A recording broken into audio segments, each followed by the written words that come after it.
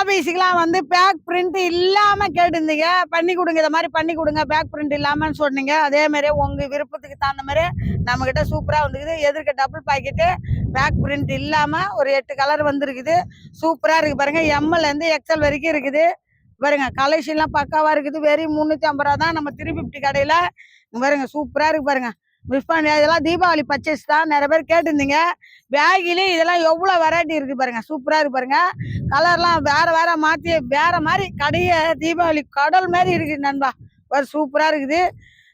ஒரு சூப்பரா நீங்க வந்தீங்கன்னா வெறும் எம்லேருந்து 4XL வரைக்கும் 350 தான் நம்ம கிட்ட.